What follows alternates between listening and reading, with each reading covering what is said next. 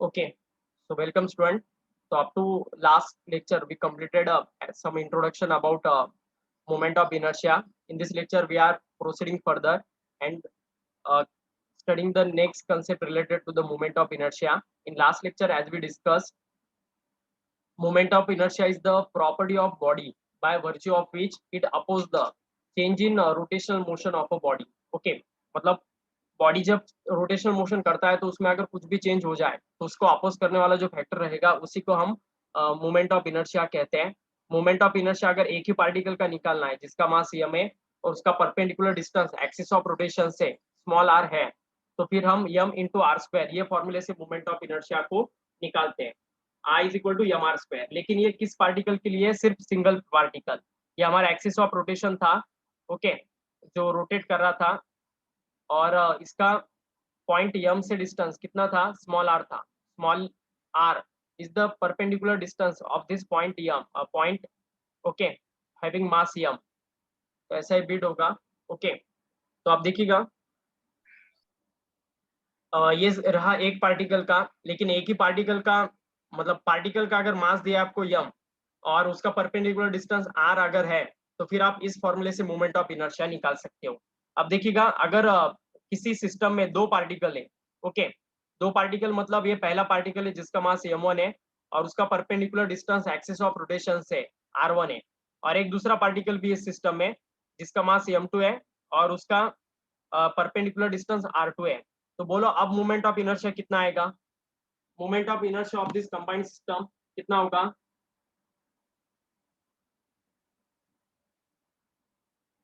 बोलो जल्दी से, what is the moment of inertia?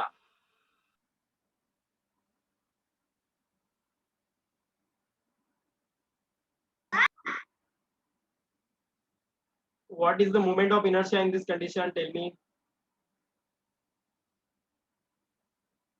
तो यहाँ पर आप आने वाला है m1 r1 square plus m2 r2 square. Is it okay? ऐसा ही कुछ हमने किया था सेंटर ऑफ मास निकालते वक्त। तो एक पार्टिकल रहा तो ये फॉर्मूले से आपको मोमेंट ऑफ इनर्शिया निकालना है। दो पार्टिकल रहे अगर बॉडी में तो इस फॉर्मूले से आपको निकालना है। अगर n पार्टिकल्स रहते हैं, ओके, तो फिर मोमेंट ऑफ इनर्शिया कैसे निकालना है वो हम देखने वाले हैं। तो हेडिंग दीजिएगा moment of inertia of a n particle system. Moment of inertia, अभी मैंने एक सिंगल पार्टिकल का आपको बताया, अभी हम n पार्टिकल का देखने वाले हैं। तो moment of inertia of n particle system,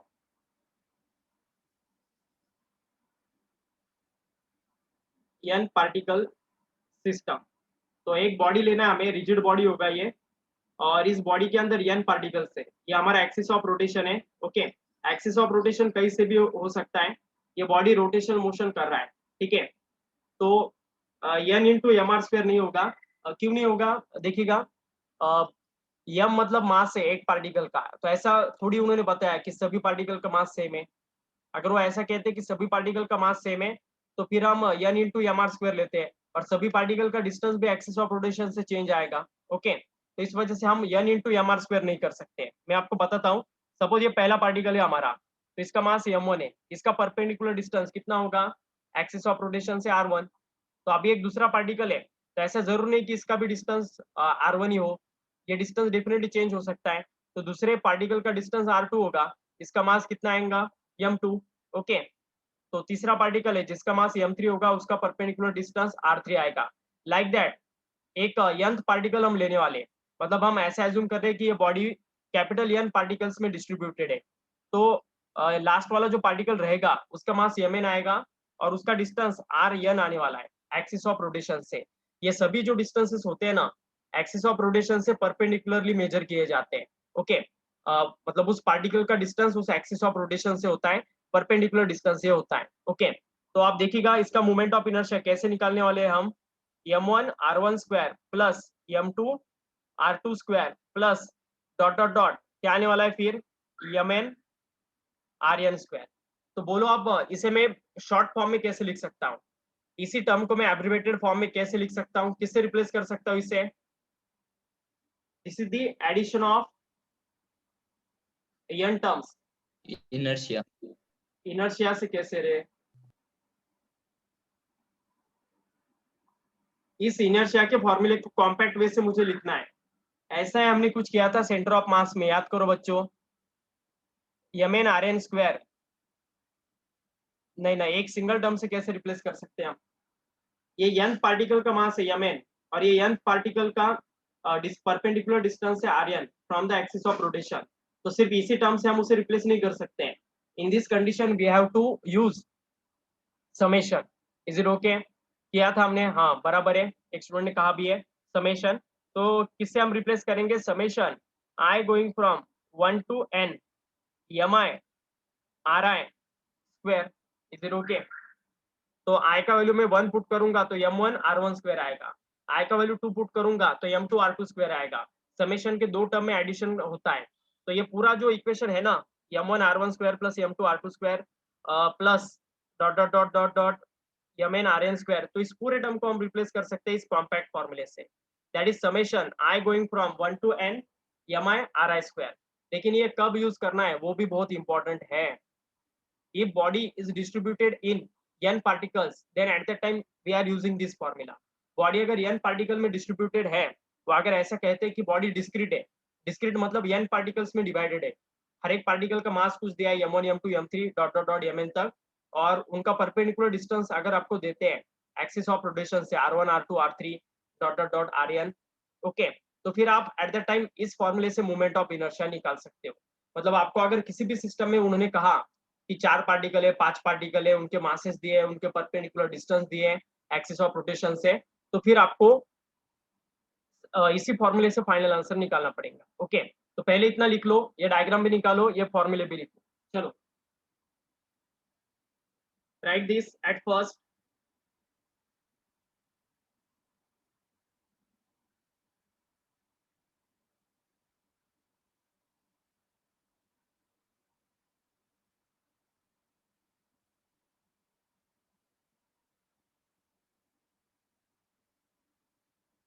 have you completed this?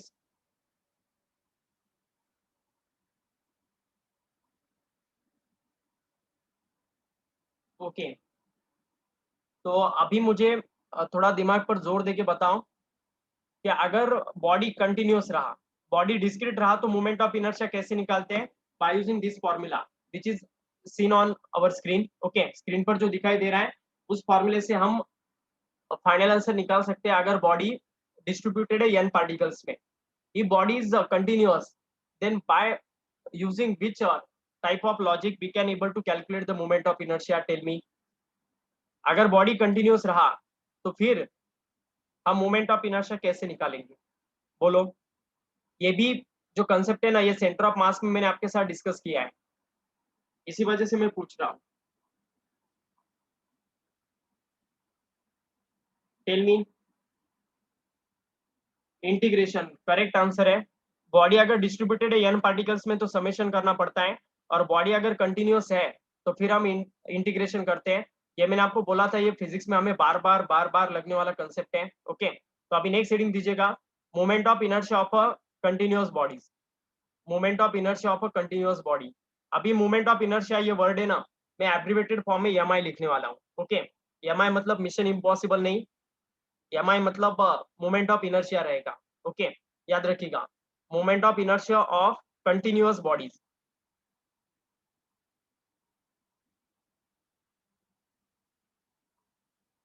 ठीक है, तो अभी कंटिन्यूअस बॉडीज मतलब ऐसा ये रिजिड बॉडी है। ओके, कंटिन्यूअस ऐसा उन्होंने कहा है, और इसके एक्सिस ऑफ मोमेंट ऑफ मतलब एक्सिस यहाँ से पास अगर होता है।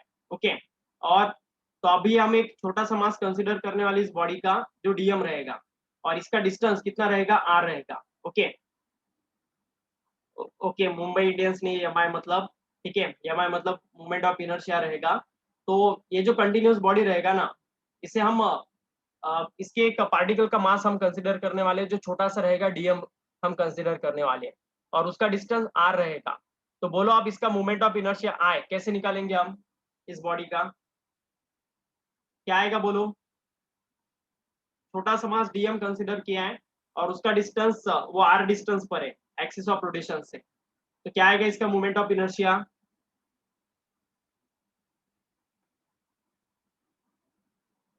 डीएम इंटू आर स्क्वायर बराबर है, लेकिन इंटीग्रेशन में समझ में आ रहा है, क्योंकि ऐसे मतलब बहुत सारे पार्टिकल हो सकते हैं इस बॉडी पर, क्योंकि ये बॉडी कंटिन्यूअस है, इसके पार्टिकल्स हम मेजर नहीं कर सकते हैं कितने हैं, तो एट दैट टाइम फिर हम इंटीग्रेशन करते हैं, और इंटीग्रेशन आर स्क्वायर डीएम ये रहेगा फॉर्मूला। ओके, तो ये आएगा फाइनल फॉर्मूला। कुछ ऐसे ही हमने सेंटर ऑफ मास में किया था, याद आ रहा है आपको? बॉडी अगर n पार्टिकल्स में डिस्ट्रीब्यूटेड है तो समेशन करो, और बॉडी अगर कंटिन्यूअस है, कितने पार्टिकल में डिस्ट्रीब्यूटेड है ये पता नहीं है, तो फिर इंटीग्रेशन करो। ओके, तो इस वे से आप इंटीग्रेशन अप्रोच से फाइनल आंसर निकाल सकते हो। Okay,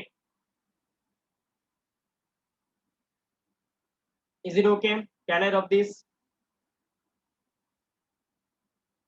yes. ओके, अभी देखिएगा मोमेंट ऑफ इनर्शिया के फॉर्मूलेज हो गए, इसके ऊपर न्यूमेरिकल हमें धीरे धीरे स्टार्ट करना है, और भी कंसेप्ट है जो धीरे धीरे हम निकालते रहेंगे।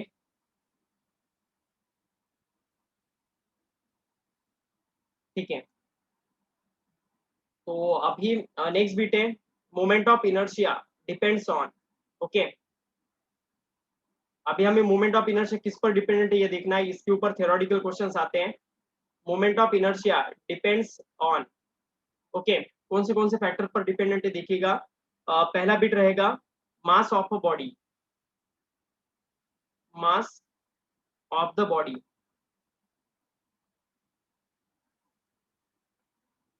दूसरा रहेगा mass distribution of the body, mass distribution, mass कैसा डिस्ट्रीब्यूटेड है उसके ऊपर भी डिपेंड रहता है।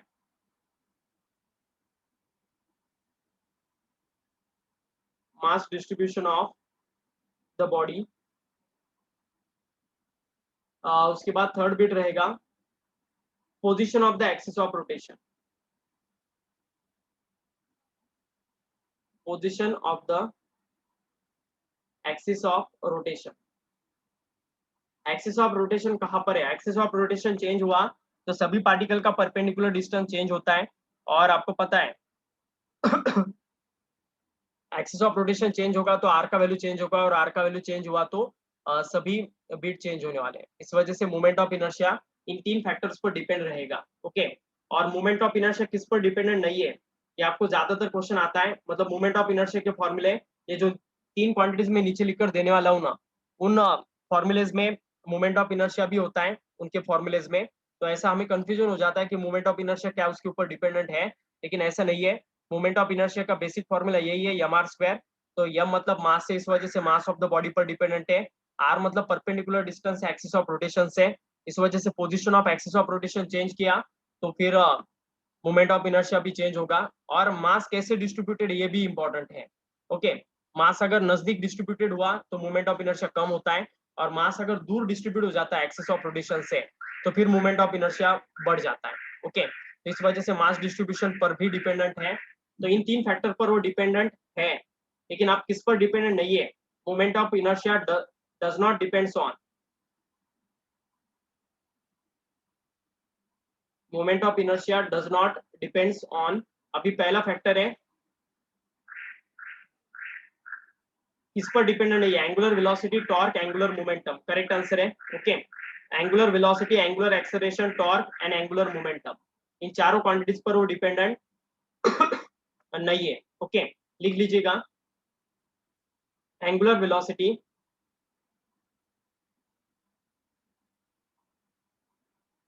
दूसरा रहेगा एंगुलर एक्सेलरेशन,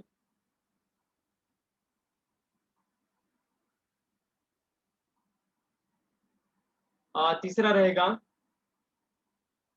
टॉर्क, और फोर्थ वन रहने वाला है एंगुलर मोमेंटम।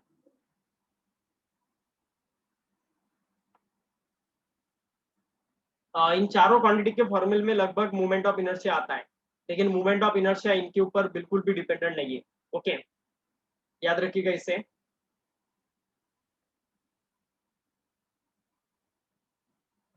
कुछ दिक्कत बच्चों आप आ गए समझ में?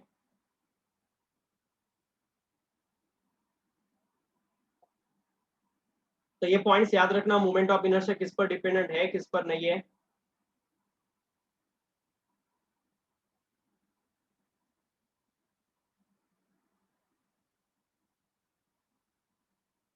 ओके, तो अभी मैं इसे रब कर रहा हूँ।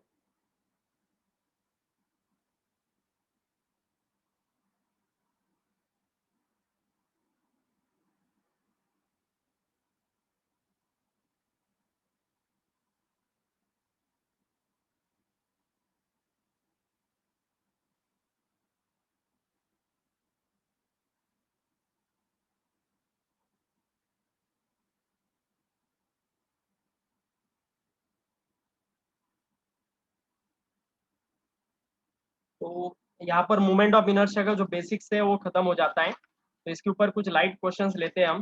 वैसे बहुत सारे क्वेश्चन मोमेंट ऑफ इनर्शिया पर है।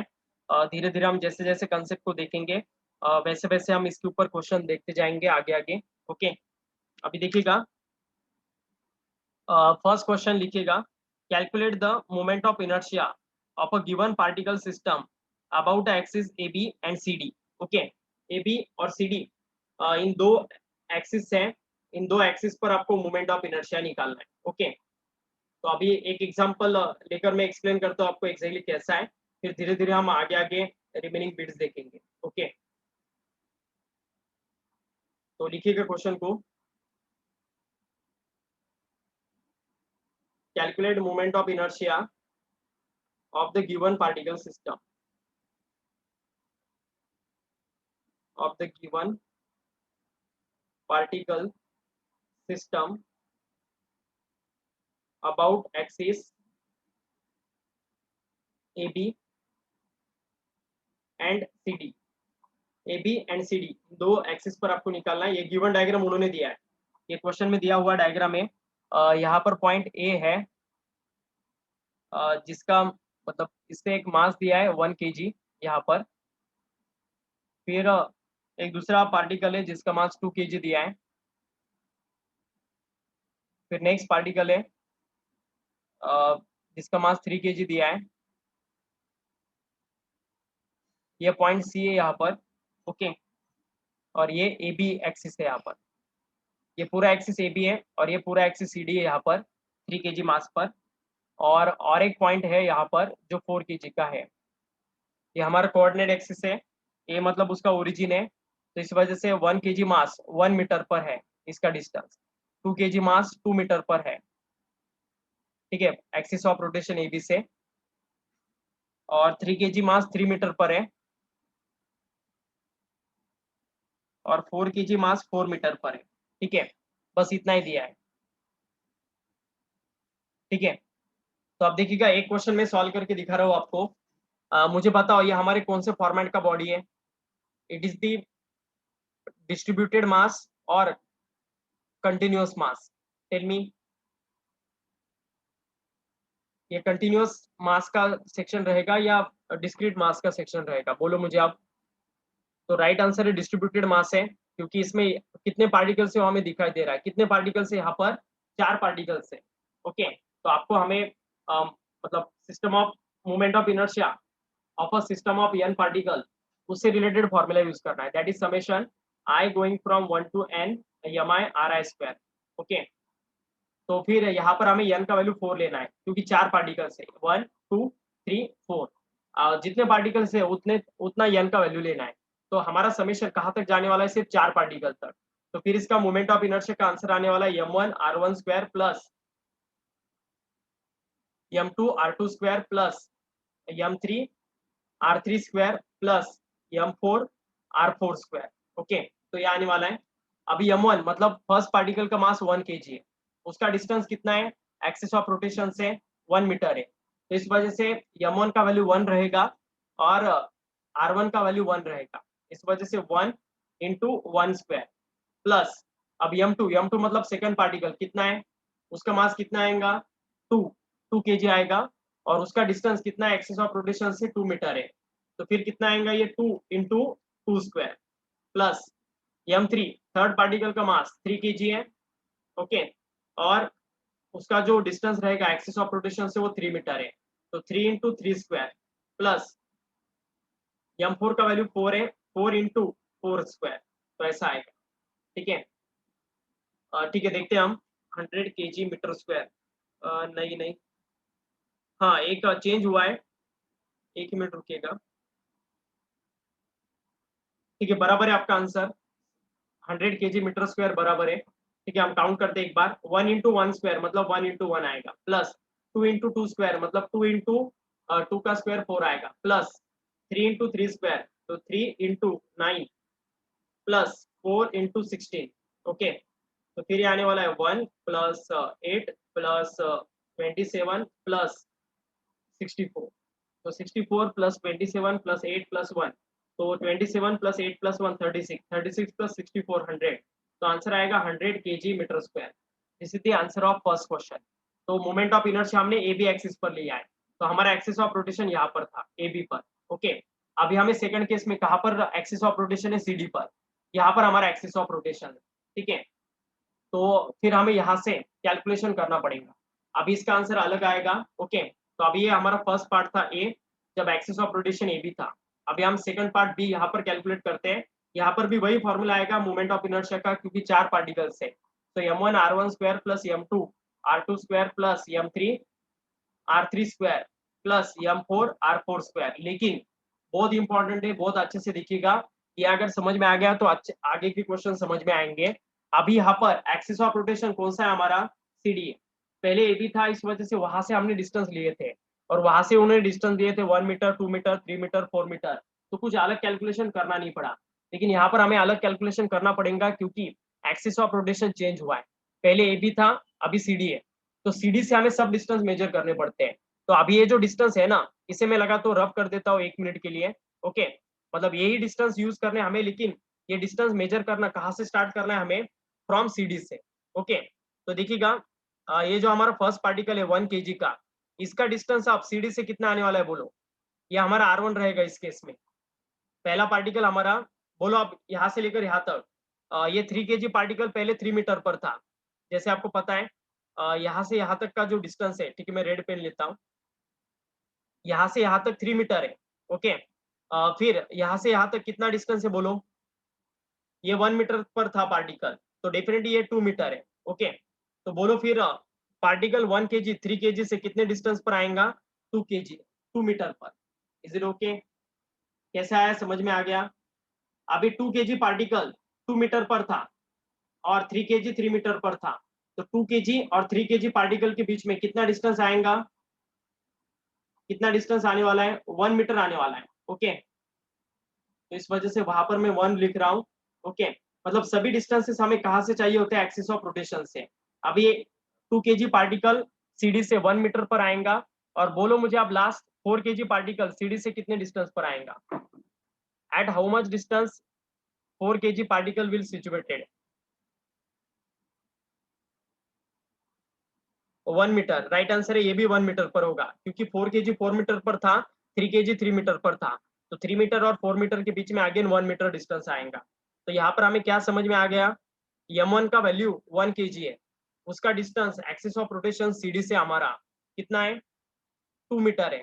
और इस वजह से पहला आएगा 1 इंटू टू स्क्वायर प्लस, अब दूसरा मास m2 का मास 2 kg है, उसका डिस्टेंस हमारे एक्सिस ऑफ रोटेशन से 1 है, तो 2 इंटू वन स्क्वायर आएगा, प्लस अब m3 का वैल्यू डायरेक्ट जीरो आएगा। क्यों जीरो, m3 का वैल्यू नो डाउट 3 kg है, लेकिन उसी पार्टिकल का उसी पॉइंट से डिस्टेंस जीरो रहेगा, क्योंकि हम एक्सिस ऑफ रोटेशन हमारा CD है, मतलब एक्सिस ऑफ रोटेशन C से पास हो रहा है, और सी ही पॉइंट पर 3 kg मास है। तो इस वजह से एक्सिस ऑफ रोटेशन पर अगर कोई पार्टिकल रहा ना, तो उसका डिस्टेंस उसी एक्सिस ऑफ रोटेशन से जीरो आता है। तो 3 इंटू जीरो स्क्वायर लेना पड़ेगा, और 4 इंटू क्या आएगा 1 स्क्वायर, क्योंकि 4 kg वाला पार्टिकल भी 1 मीटर पर था। इस वजह से फाइनल आंसर कितना आएगा, 1 इंटू टू स्क्वायर मतलब 4 प्लस 2 प्लस 0 प्लस 4। तो 4 प्लस 4 8 प्लस 2 10। तो आंसर आएगा 10 मीटर 10 kg पर kg metre square. Is it okay? सभी को समझ में आ गया कि बोलो, 10 kg मीटर स्क्वायर। इससे क्या समझ में आया, सिस्टम वही था, सिर्फ एक्सिस ऑफ रोटेशन चेंज किया, तो मोमेंट ऑफ इनर्शिया का वैल्यू भी चेंज हुआ। क्यों चेंज हुआ, क्योंकि सभी पार्टिकल का डिस्टेंस उस एक्सिस से चेंज हुआ। तो हमेशा मोमेंट ऑफ इनर्शिया निकालते समय एक्सिस कहाँ पर है हमारा, उससे सभी पार्टिकल का डिस्टेंस लेना। ओके, वो हमारा रेफरेंस पॉइंट रहेगा एक्सिस ऑफ रोटेशन, वहीं से सभी पार्टिकल का डिस्टेंस मेजर करना स्टार्ट करना। जब तक आपको डिस्टेंसेस पता नहीं चलते ना पार्टिकल के, तब तक आप मोमेंट ऑफ इनर्शिया नहीं निकाल सकते। ओके, सभी रिप्लाई दीजिएगा कि आपको ये समझ में आ गया question. Is this question is clear to all of you?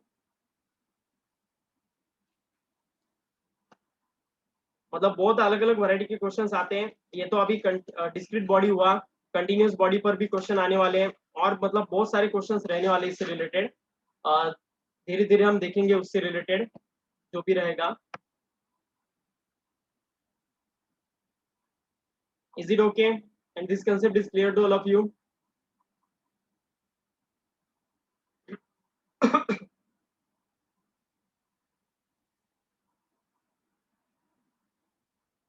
ठीक है, तो अभी हम इसे रफ करते हैं। तो ये बीट रहेगा अब related to the moment of inertia. अभी देखिएगा, मोमेंट ऑफ इनर्शिया से रिलेटेड ये एक मतलब इसके बाद नेक्स्ट आने वाला जो बीट है हमारा, मैंने आपको जब टेबल ऑफ कंटेंट लिख कर दिया तो इसका जरूर मैंने आपको नोट किया होगा। मोमेंट ऑफ इनर्शिया के बाद नेक्स्ट कंसेप्ट था रेडियस ऑफ गायरेशन।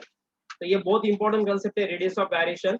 जब हम मोमेंट ऑफ इनर्शिया और रेडियस ऑफ गायरेशन दोनों भी पढ़ते हैं ना, तो बहुत सारे न्यूमेरिकल हम सॉल्व कर सकते हैं। ओके, इस वजह से हम पहले उस पार्ट को ले लेते हैं, उसके बाद फिर रिमेनिंग क्वेश्चन लेते हैं। वरना मोमेंट ऑफ इनर्शिया पर अभी भी हम क्वेश्चन ले सकते हैं, लेकिन वो लेने के बाद ज्यादा इफेक्ट गिरेगा। फिफ्थ नंबर का बीट रहेगा इस टॉपिक का, that is radius of gyration. Okay, तो वो हम लेते हैं।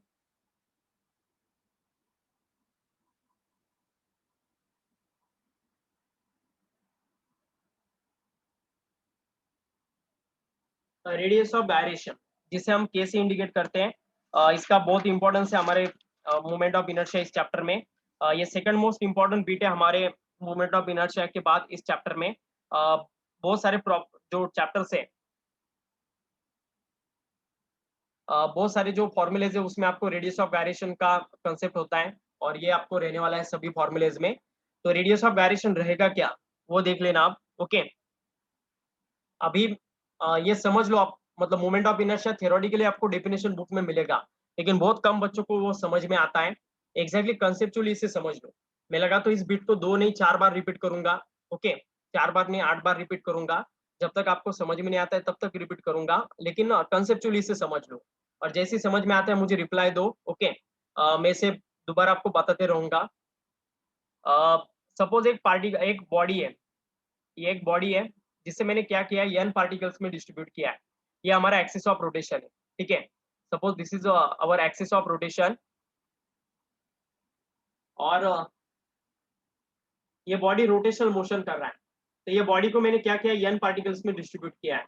ये पहला पार्टिकल है जिसका परपेंडिकुलर डिस्टेंस r1 है। फिर ये दूसरा आएगा पार्टिकल जिसका परपेंडिकुलर डिस्टेंस r2 आने वाला है।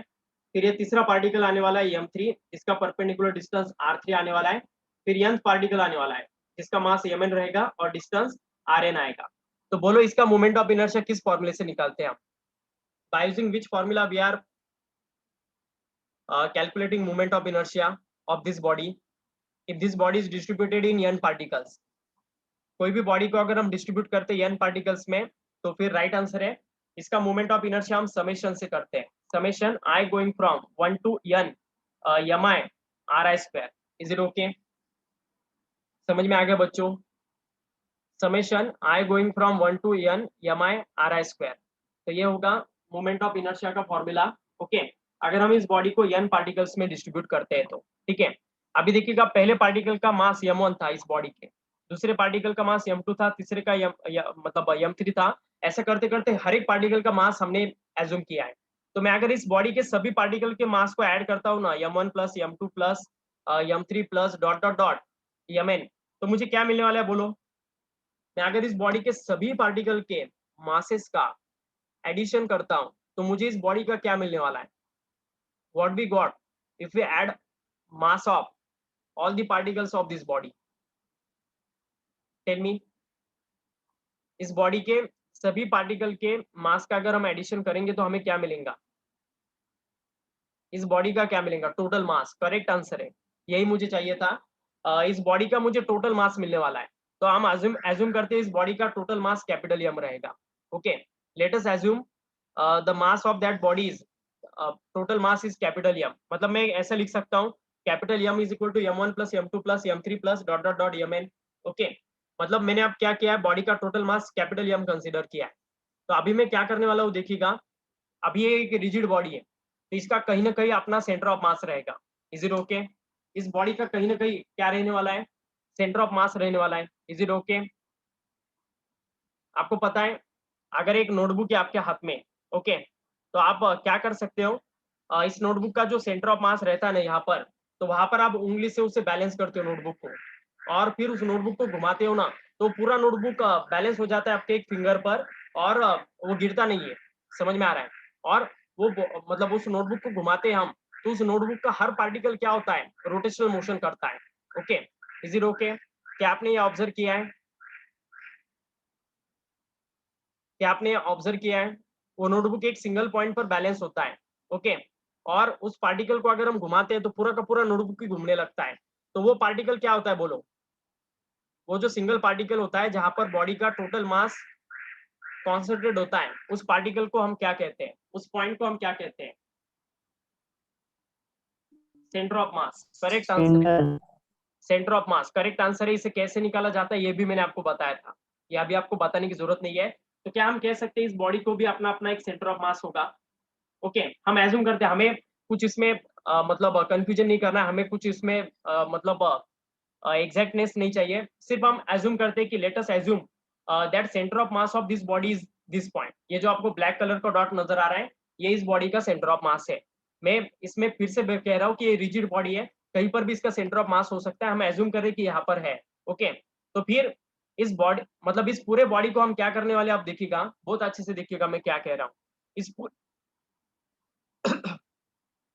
तो ये इस बॉडी का एक्सिस ऑफ रोटेशन रहेगा, और इस बॉडी का जो टोटल मास है ना, कैपिटल एम, इसे हमें एक पॉइंट में कंसिडर करना है, और वो पॉइंट हमें कहां पर रखना है, उसके सेंटर ऑफ मास पर। समझ में आ रहा है? मतलब इस बॉडी का सेंटर ऑफ मास कहीं ना कहीं रहेगा, उस सेंटर ऑफ मास पर ही हमें एक पॉइंट कंसिडर करना है, और उस पॉइंट पर हमें इस बॉडी का जो टोटल मास था ना कैपिटल एम, उतना ही मास हम उस पॉइंट पर रखने वाले हैं। और इस पॉइंट को हम एक सफिशिएंट डिस्टेंस पर मतलब हम रखने वाले हैं। वो सफिशिएंट डिस्टेंस मतलब उसका सेंटर ऑफ मास रहेगा एक्सिस ऑफ रोटेशन से, ये ऐसा कुछ ना कुछ डिस्टेंस वो रहने वाला है। तो जिस डिस्टेंस पर हम अगर हम इसे एक पर्टिकुलर डिस्टेंस पर रखते हैं ना, तो इस बॉडी का भी वही मूवमेंट ऑफ इनर्शिया आएगा। ओके, हम वो पर्टिकुलर डिस्टेंस को लेटेस्ट एज्यूम करते किए, तो फिर इस सिंगल पॉइंट का मोमेंट ऑफ इनर्शिया क्या आएगा, I is equal to M के स्क्वायर। तो ये बॉडी वही मोमेंट ऑफ इनर्शिया देने वाला है जो ये बॉडी एन पार्टिकल्स में डिस्ट्रीब्यूट होकर दे रहा था। समझ में आ रहा है? तो इस डिस्टेंस को ही हम रेडियस ऑफ गायरेशन कहते हैं। समझ में आ रहा है?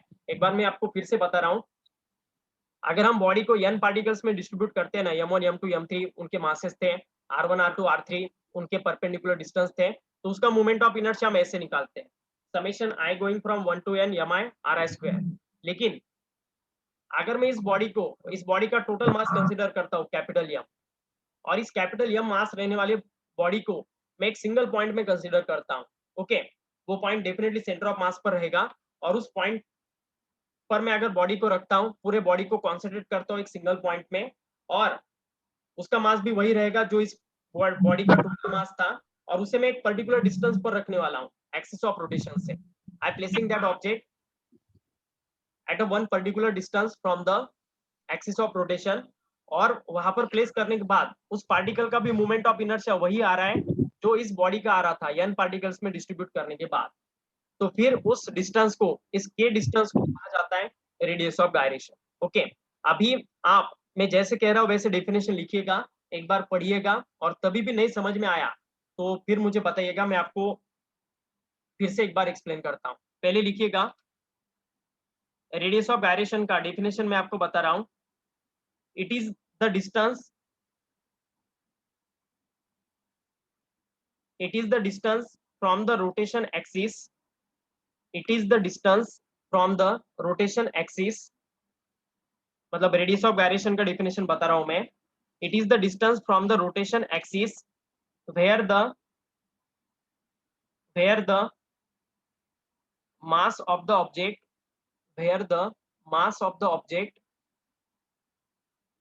could be assumed to be concentrated could be assumed to be concentrated could be assumed to be concentrated without altering the moment of inertia without altering the moment of inertia, without altering the moment of inertia of the body about that axis, without altering the moment of inertia of the body about that axis. Double बोलो sir. It is the distance from the rotation axis. It is the distance from the rotation axis where the mass of the object could be assumed, where the mass of the object could be assumed to be concentrated, could be assumed to be concentrated without altering the moment of inertia, without altering the moment of inertia of the body about that axis, without altering the moment of inertia